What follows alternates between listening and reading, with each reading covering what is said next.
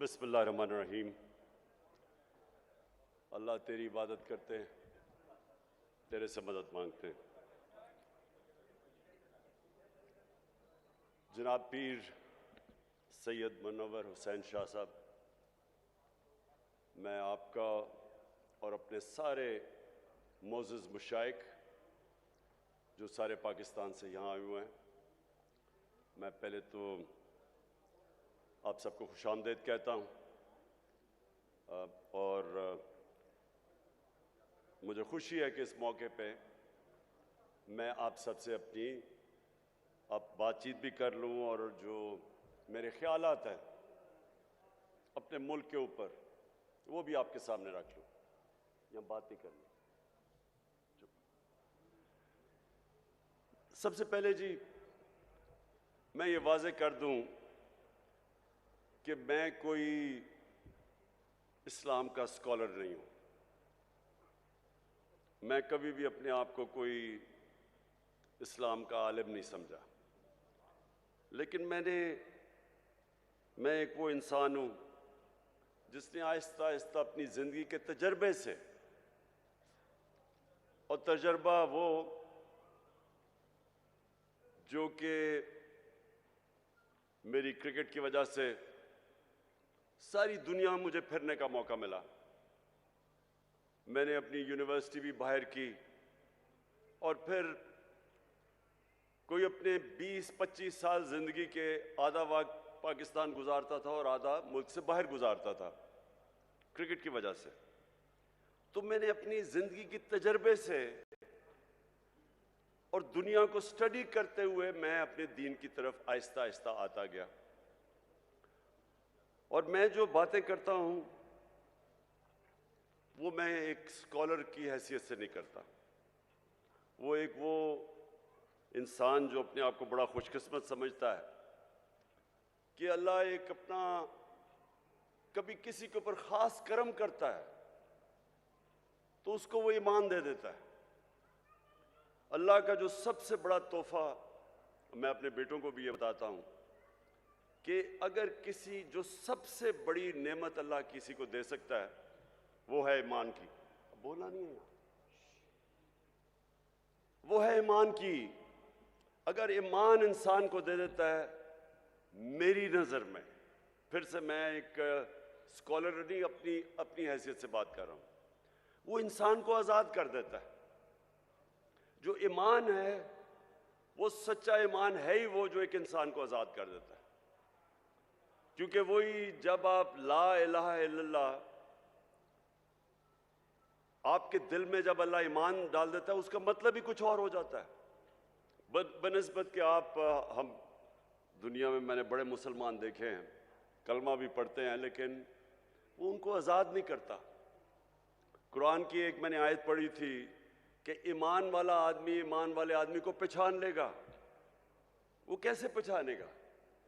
मेरी नज़र में वो आज़ाद हो जाते हैं, वो अपनी नफ्स पे काबू पा जाते हैं, उनके खौफ दूर हो जाते हैं, वो लालच को कंट्रोल कर लेते हैं, पैसे को इस्तेमाल करना सीखते हैं, पैसे से इस्तेमाल नहीं होते। सबसे बड़ी बात कि वो सिवाय अल्लाह के किसी के सामने नहीं झुकते। जो खौफ का बुत मेरी नज़र में, मेरी ज़िंदगी के तजर्बे में, जो अल्लाह ने इंसान को अशरफुल मखलूक़ात बनाया, अजीम मखलूक, वो इसलिए अपनी परवाज़ नहीं कर सकता। सबसे बड़ा जो बुत जब वो नहीं तोड़ता वो है खौफ का बुत। मरने से मैं डरता हूँ, मैं जालिम के सामने नहीं खड़ा होता।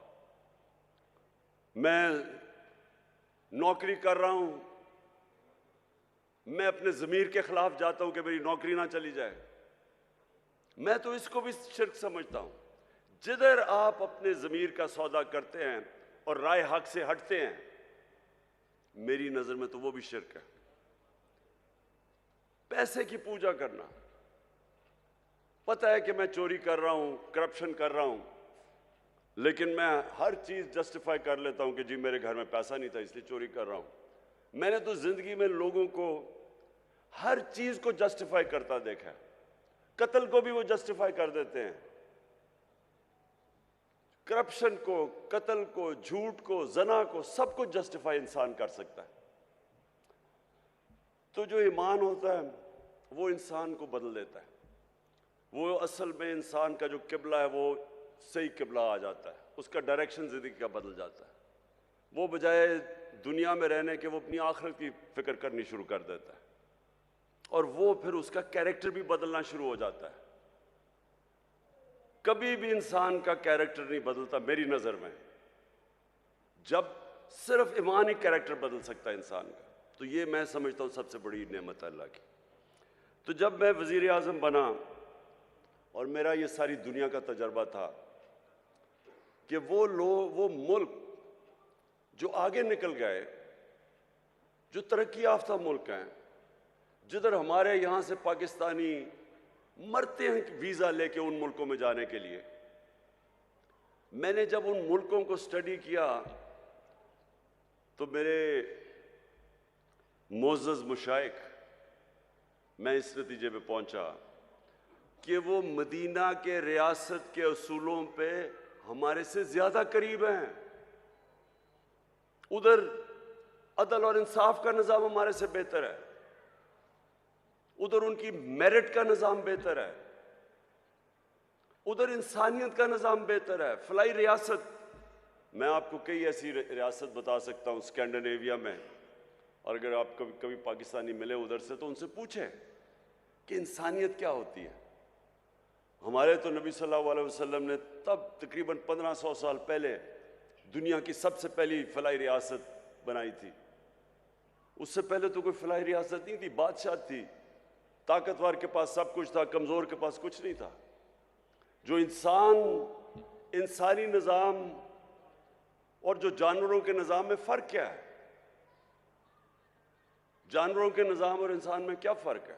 मेरी नज़र में जो अल्लाह ने अपने सारे पैगंबर भेजे थे, लाख से ज़्यादा, वो सारे एक ही पैगाम देने आए थे कि जानवरों की जो जानवरों की बस्ती होती है उसमें इंसाफ नहीं होता, उसमें जिसकी ताकत उसके पास सब कुछ है, कमज़ोर के कोई हैसियत नहीं होती उसमें, और वहाँ इंसानियत नहीं होती। जो कमज़ोर होता है वो भूखा मर जाता है। वहाँ जो इंसानी निज़ाम होता है, इंसानी निज़ाम फ़र्क ही इन दो ख़ास चीज़ों पे होता है कि वहाँ इंसानियत होती है, वहाँ रहम होता है, और फिर उधर अदल और इंसाफ होता है। ये दो बुनियाद हैं जो फ़र्क करती है हमें जानवरों से। और सारे अल्लाह के पैगंबरों का बुनियादी पैगाम होता ही है। तो हमने जो मगरब में रियासतें देखी, मुझे अफसोस से कहना पड़ता है कि मैंने पाकिस्तान में तो नहीं देखा वैसी इंसानियत, मैंने तो यहाँ वैसा इंसाफ नहीं देखा। मैंने तो मेरिट भी इंसाफ का हिस्सा है कि जो मेहनत करता है उसको उसका हक मिलना चाहिए, मैंने तो यहाँ नहीं देखा। आप देख लें, आपके ख़ानदानी ये जो दो पार्टीज़ हैं, दो ख़ानदान हैं, वो इनके ख़ानदान के अलावा कोई ऊपर ही नहीं आ सकता। ये तो मदीना की रियासत आप स्टडी करें, जो मेहनत करता था, जो अच्छे काम करता था, वो ऊपर चला जाता था। सलमान फारसी की मिसाल देते हैं, तो बाहर से आया था, उसको उन्होंने क्योंकि उसमें काबिलियत थी उसको ऊपर आना पड़ा, मेरिटोक्रेसी थी, वो इंसाफ का हिस्सा है। हमारे मुल्क में देख लें कितनी मेरिटोक्रेसी है। मैंने कह दिया कि आर्मी चीफ को मेरिट पे आना चाहिए, मुसीबत पड़ गई सारी जगह। तो यह हमारे मसला ये है कि मेरिट का मतलब ही नहीं हमें समझ। आप अगर दुनिया में मुकाबला कर लें, जिस माशरे के अंदर इंसाफ और मेरिट होता है वो आगे निकल जाएगा उस माशरे से जिसमें मेरिट नहीं होता। दो क्रिकेट टीम चले, मैंने क्रिकेट में 20 साल दुनिया में इंटरनेशनल क्रिकेट खेला। एक क्रिकेट टीम मेरिट पे सेलेक्ट होती है, दूसरी सिफारिशों की होती है। जो मर्जी आप कर लें, मेरिट वाली टीम जीत जाएगी। उसी तरह जिस मुल्क के मेरिट पे इदारे ऊपर आते हैं वो आगे निकल जाएगी।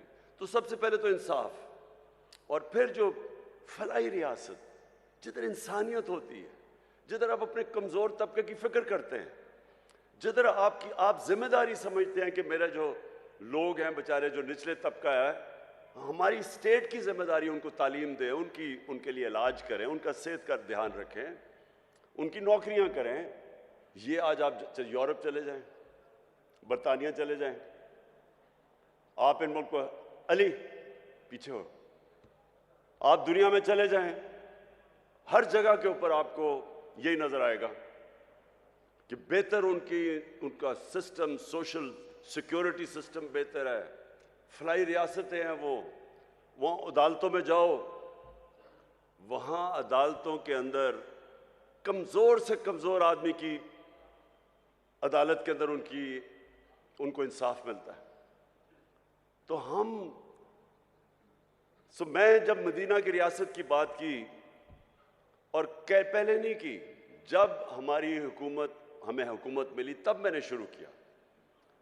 तो ये मैंने लोगों को समझाने की कोशिश की कि देखें, जो वो असूल थे जिसके ऊपर मेरे नबी सल्लल्लाहु अलैहि वसल्लम ने मदीना की रियासत खड़ी की थी, क्यों अल्लाह हमें हुक्म करता है कि नबी की सुन्नत पे चलो? क्यों उसका हुक्म है? हमारी बेहतरी के लिए है। अल्लाह को तो बेनियाज है, अल्लाह को तो आप फायदा नुकसान नहीं पहुंचा सकते, लेकिन ये हमारी बेहतरी के लिए कि अगर हम उनकी सुन्नत पे चलेंगे तो हमारी बेहतरी होगी। क्योंकि मदीना की रियासत में, ये भी हमारे लोगों को नहीं पता, दुनिया की तारीख का सबसे बड़ा वो इनकलाब था। दुनिया की तारीख में इतनी बड़ी तब्दीली नहीं आई। 622 और 632 के बीच में वो लोग जिनकी कोई हैसियत नहीं थी, वो दुनिया के लीडर्स बन गए। तारीख का हिस्सा है, ये भी हमारे लोगों को नहीं पता। 10 सालों के अंदर सिर्फ 1200 से 1300 लोग जंगों में मरे थे, दोनों तरफ। जो जंगों के अंदर दोनों तरफ कैजुअल्टीज हुई थी वो 1200 से 1400 थी। लेकिन उसी टाइम में सारा अरब बदल गया, और वो लोग जिस तरह उन्होंने दुनिया की लीडर्स बन गए, फिक्री इनकलाब आया था। तो वो क्या चीजें थी, वो उन्होंने हमारे नबी सल्लल्लाहु अलैहि वसल्लम ने किस तरह उनको चेंज किया, उनका कैरेक्टर कैसे बदला, ये हमारे लोगों को नहीं पता आज। मैंने इसलिए रहमतुल लिल आलमीन अथॉरिटी बनवाई, बड़े बड़े आलम को हमने ऊपर बैठाया, हमने कहा करिकुलम डेवलप करो, स्कूल के बच्चों को सीरत नबी सिखाओ, 8, 9 और 10 क्लासेस के अंदर कोर्स स्पेशल डेवलप करो, यूनिवर्सिटीज के अंदर रिसर्च करवाओ, कॉलेजेस के अंदर डिबेट्स हो, पता चले हमारे नौजवानों को कि क्या इतना बड़ा इनकलाब कैसे आया था, कैसे दुनिया मुसलमानों ने ट्रांसफॉर्म कर दी थी। 1000 साल तक मुसलमान दुनिया की सबसे बड़ी पावर थे।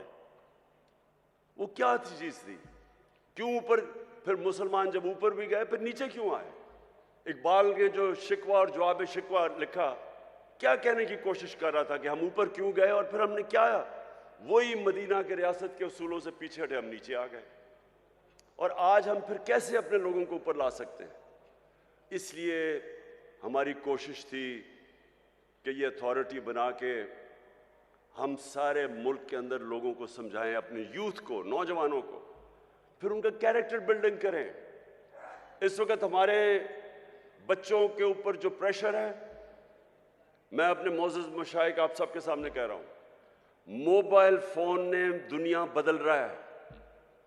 मोबाइल फोन के ऊपर जिस तरह का मटेरियल आज है, इंसानी तारीख में बच्चों के पास इस तरह की चीजें नहीं है।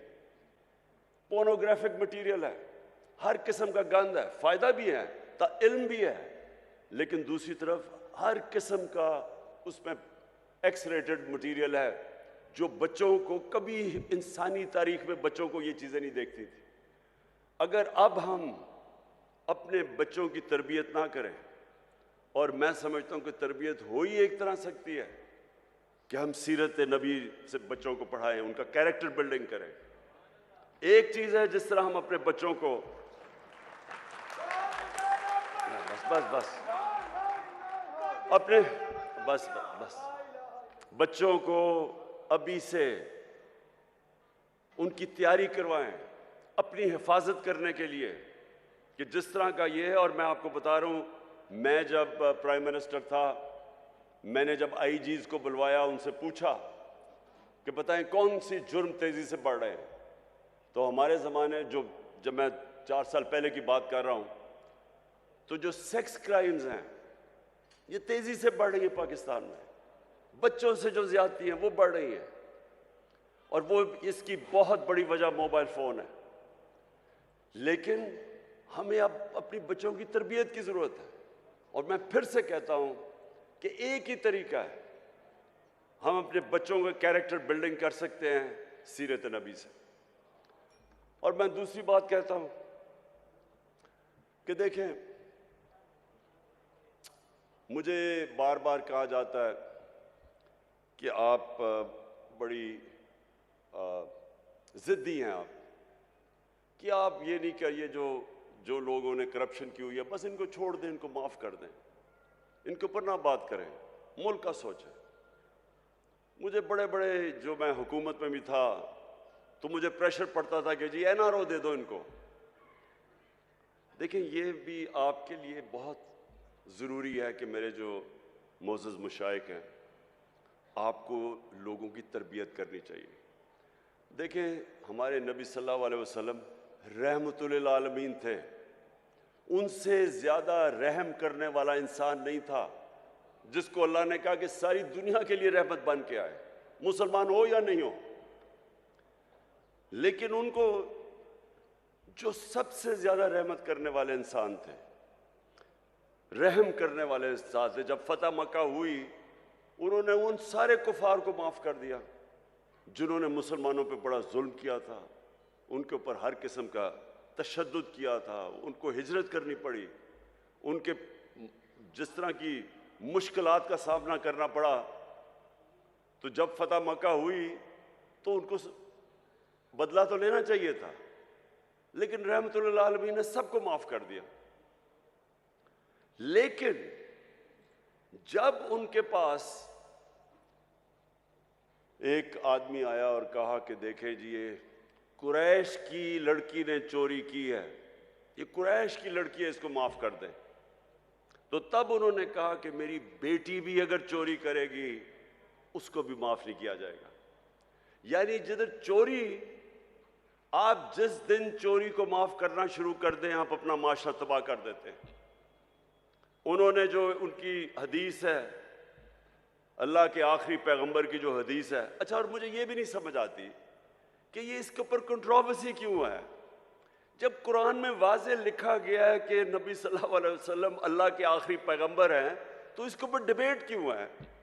जो नहीं मानता वो मुसलमान ही नहीं है। इस पे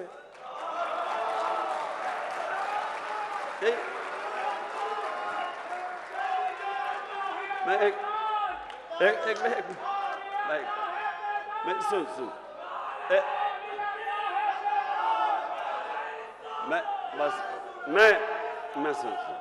मैं सिर्फ ये कह रहा हूं कि ये बार बार के जी वो फलाना कायदियानी है, किसी के ऊपर भी उंगलियां उठाई जाती हैं।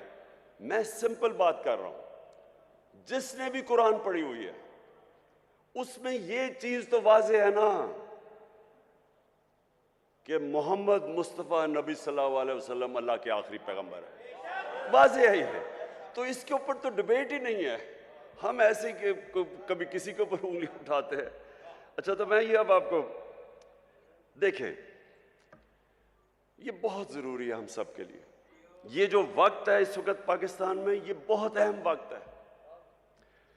वक्त क्या है कि हमारे मुल्क के ऊपर बैरूनी साजिश करके इस मुल्क के वो नामवर डाकुओं को ऊपर बिठा दिया गया है जो 30 साल से चोरी कर रहे हैं। मुल्क आते हैं, हुकूमत करते हैं, मुल्क को लूटते हैं, वापस बाहर चले जाते हैं, फिर एनआरओ लेके फिर वापस आते हैं, फिर चोरी शुरू कर देते हैं, फिर बाहर चले जाते हैं, पैसा मुल्क का बाहर ले जाते हैं। अब मैं सवाल ये पूछता हूं कि अगर एक बहसियत माशरा हम इस जुल्म और नाइंसाफी के खिलाफ अपनी आवाज बुलंद नहीं करते और इसका मुकाबला नहीं करते। हमारे और भेड़ बकरियों में कोई फर्क नहीं है। इससे बड़ा जुल्म क्या है? चोरी। आप ये ऐसे है कि आपके घर में कोई चोरी करे, चोरी करके चला जाए और थोड़ी देर बाद के जी मेरी चोरी माफ कर दो। कौन करेगा? आपका कोई घर लूट के जाए, आप माफ करेंगे उसको? कहेंगे पहले पैसे वापस करो। तो करप्शन तो मुल्क का पैसा चोरी है। वो जो सारे अवाम का, जो स्कूलों पे, अस्पतालों पे, जो हर चीज अवाम की सहूलतों के लिए पैसा, वो चोरी करके बाहर ले जाते हैं और फिर थोड़ी देर बाद कहते हैं जी इसको माफ कर दो। और जब इमरान खान नहीं मानता तो कहते हैं बड़ा जिद्दी है। भाई मेरा अपना पैसा होता शायद मैं माफी कर देता इन चोरों को, लेकिन अवाम का पैसा है ये, क्या गुर्बत है? लोग भूखे मर रहे हैं। 5 करोड़ पाकिस्तानी 2 वक्त की रोटी नहीं खा सकते। उनका पैसा चोरी करके तुम बाहर चले जाओ और फिर आके कहोगे जी अब इनको एनआरओ दे दो। देखिए ये मुल्क का मसला है। मेरे नबी सल्लल्लाहु अलैहि वसल्लम ने वाज़ेह तौर पे कहा कि जो कौम छोटे चोरों को जेल में डाल देती है और बड़े डाकुओं को माफ कर देती है, एनआरओ कर देती है, नहीं पकड़ती, वो कौम तबाह हो जाती है। आज आप कोई गरीब मुल्क में चले जाएं, क्योंकि मैंने सारी दुनिया देखी है, किसी गरीब मुल्क में चले जाएं, गुर्बत का असल वजह ये क्या है? वहां ताकतवर कानून से ऊपर है, कमजोर जेलों में जाता है। अब किसी मुल्क में चले जाएं, नाइजीरिया तेल के जखीरे पे बैठा हुआ है। सबसे ज्यादा जो तेल है वो नाइजीरिया के अंदर है। वहां गरीबों की फौज है। वहां क्यों गुर्बत है? क्योंकि उनके भी ऊपर लोग बैठ के पैसा चोरी करके मुल्क से पैसा बाहर लेके जा रहे हैं। स्विट्जरलैंड चले जाएं, स्विट्जरलैंड में कोई वसाइल ही नहीं है। हमारे जो शुमाली इलाके हैं, नॉर्दर्न एरियाज, स्विट्जरलैंड से दुगने बड़े साइज में और स्विट्जरलैंड से बहुत ज्यादा खूबसूरत है। वो मुल्क जिसके पास है ही कुछ नहीं सिवाय पहाड़ों के, वो दुनिया का सबसे खुशहाल मुल्क है, क्योंकि सबसे ज्यादा दुनिया के अंदर इंसाफ स्विट्जरलैंड में है। सबसे ज्यादा कानून की हुक्मरानी स्विट्जरलैंड में। किसी ताकतवर की जरूरत नहीं है कि मुल्क का पैसा चोरी करके बाहर चला जाए। किसी ताकतवर का जरूरत है कि किसी की जमीन पे कब्जा कर ले या किसी के घर पे कब्जा कर ले। कानून है, इंसाफ है। हजरत अली रज़ी अल्लाह ताला ने फरमाया था कि कुफर का निज़ाम चल जाएगा लेकिन नाइंसाफी और जुल्म का निज़ाम नहीं चल सकता। हमारा ये मसला है आज। यहां कोई वसाइल की कमी नहीं है। ये अल्लाह ने हर किस्म की इस मुल्क को नेमत दी है, लेकिन ये मुल्क तब तक नहीं चलेगा जब तक हम मिलके अपने मुल्क को उन असूलों की तरफ लेके जाएं जिसके ऊपर मदीना की रियासत को खड़ा किया था मेरे नबी ने। तो मैं आप मशाइख, मोअज़्ज़ज़ मशाइख, मैं ये चाहता हूं कि आप ये मेरे साथ मिलके ये मुल्क की हकीकी आज़ादी के लिए जहाद लड़ें। जैसे अब बस बस बस बस बस बस बस बस बस बस बस मैं ये पीर मुनव्वर साहब,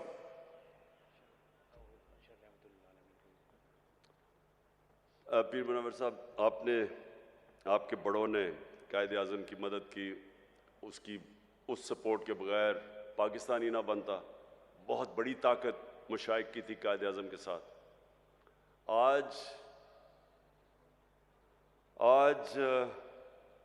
आप सबकी फिर ज़रूरत है कि जो पाकिस्तान के ऊपर इस वक्त किया जा रहा है, जो वारदात हुई है, कि बाहर से साजिश होती है। अमेरिकी हुक्म देता है एक हमारे एम्बेसडर को कि पाकिस्तान इमरान खान को हटा दो, और उसके बाद यहाँ सारे मिलके जो यहाँ के गद्दार हैं वो मिलके गवर्नमेंट गिरा देते हैं और फिर चोरों को ऊपर बैठा देते हैं। और अगर हम इसको तस्लीम कर जाते हैं तो हमें ये बड़ा वाज़ेह हो जाना चाहिए कि हम अपने मुल्क की मुस्तकबिल की कब्र खोद रहे हैं। इसलिए ये जो आने वाले दिन हैं, इसमें आप सबको अपनी ड्यूटी देनी पड़ेगी अपने मुल्क के लिए। मैं सिर्फ आपसे ये चाहता हूं कि लोगों को कम से कम नबी सल्लल्लाहु अलैहि वसल्लम की सीरत और सुन्नत के तहत लोगों को अब जगाना शुरू करें। उनकी सब कुछ उन्होंने जो असूल बनाए हुए हैं कि मुल्क चलता कैसे है, अदल और इंसाफ क्या होता है, इंसानियत क्या होती है, वो आप लोगों को आपको ज़रूर तबलीग करनी चाहिए इस वक्त, क्योंकि ये टाइम नहीं है। हम बड़ी तेज़ी से नीचे जा रहे हैं। अभी शहबाज शरीफ ने जाके अमेरिका में माफिया मांगी है कि जी खुदा के वास्ते हमें पैसा दे दो, नहीं तो हमारा मुल्क तबाह हो जाएगा। सोचे इतनी मेहनत करके साजिश करके 5 महीने पहले गवर्नमेंट आती है, आज सारी अमेरिकनों को वहां जाके कह रहा है कि जी खुदा के वास्ते हमारी इमदाद कर दो, नहीं तो मुल्क का दिवालिया निकल गया, नहीं तो हम अपने कर्जे नहीं वापस कर सकते। सवाल तो इनसे ये पूछना चाहिए कि आपके सारे पैसे अरबों डॉलर सारी दुनिया को पता है बाहर पड़े, मुल्क के लिए पैसे मांग रहे हो, अपना पैसा बाहर रखा हुआ है। दूसरों को कह रहे हो कि मुल्क में पैसा लेके आओ और अपना पैसा बाहर ले गए हो। तो मैं आखिर में सबसे अभी से ही मैं अपनी हुकूमतों को, 4 हमारे पास हुकूमतें हैं, गिलगित बल्तिस्तान, आज़ाद कश्मीर, पख्तूनख्वा और पंजाब। इंशाअल्लाह हमने पिछले साल भी और इस साल भी भरपूर तरीके से 12 रबीउल अव्वल बनाएंगे, और जब हम 12 रबीउल अव्वल बनाएंगे तो इसी में अपने नौजवानों को नबी सल्लल्लाहु अलैहि वसल्लम की सीरत से भी आगाह करेंगे, और इंशाअल्लाह उनके कैरेक्टरों को ऊपर उठाएंगे।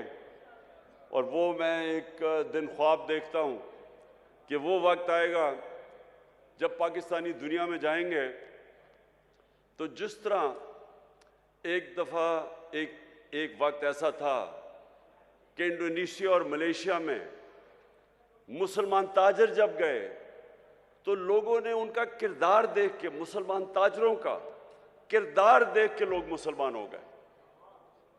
इंशाअल्लाह वो भी दिन आएगा जब हमारा पाकिस्तानियों का किरदार देख के लोग इस्लाम की तरफ आएंगे। पाकिस्तान जिंदाबाद।